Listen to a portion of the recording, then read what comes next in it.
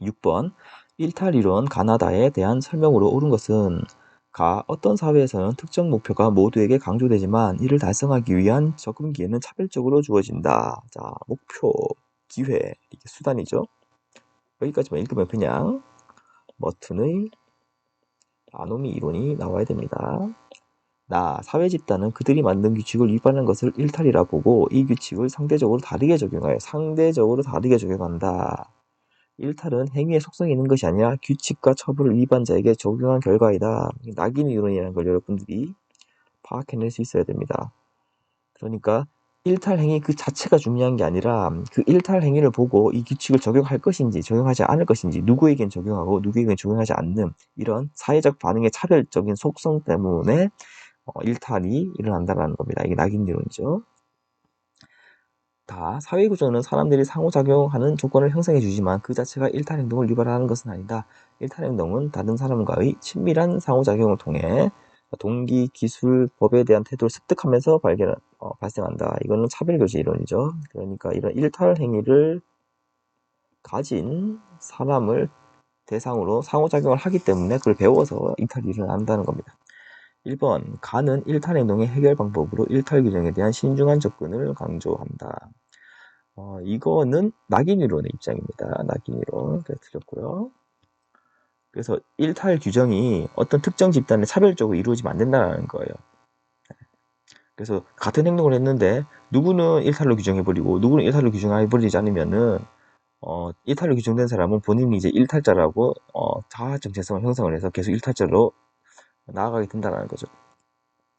2번 나는 일탈 행동의 해결 방법으로 일탈자에 대한 사회 통제와 규제 방안의 마련을 강조한다. 이건 낙인 이론은 이게 아닙니다.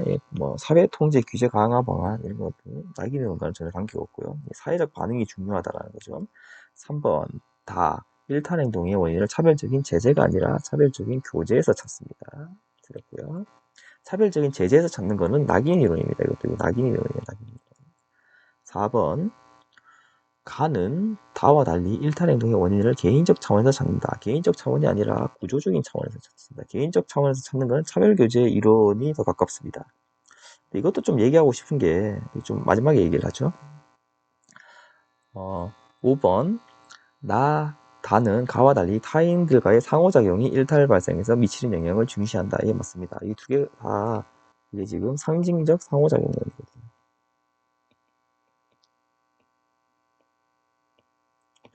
네, 그리고 이 일탈 문제와 관련해서는 이 가나다가 상당히 단골로 나오는데요. 이 머튼의 아노미 이론은 또 기능론이죠.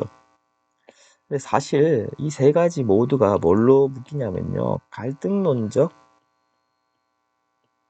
관점을 일부 가지고 있습니다.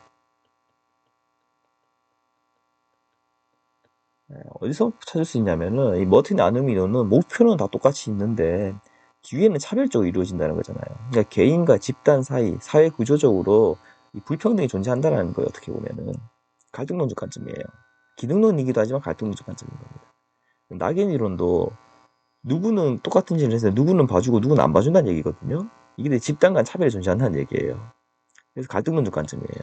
차별교제 이론도 그럼 누구는 왜 범죄자 그러니까 일탈 행위를 가진 사람들과 상호작용을 하게 되고 누구는 하지 않게 되는데 거기에 더 관심을 가지는 거거든요. 이게 또 갈등론적 관점을 가지고 있는 겁니다.